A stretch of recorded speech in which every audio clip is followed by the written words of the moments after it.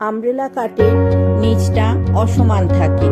আমরা ওপরটা সমানভাবে ধরে নিয়ে পিন দিয়ে আটকিয়ে হ্যাঙ্গারে ঝুলিয়ে দেব।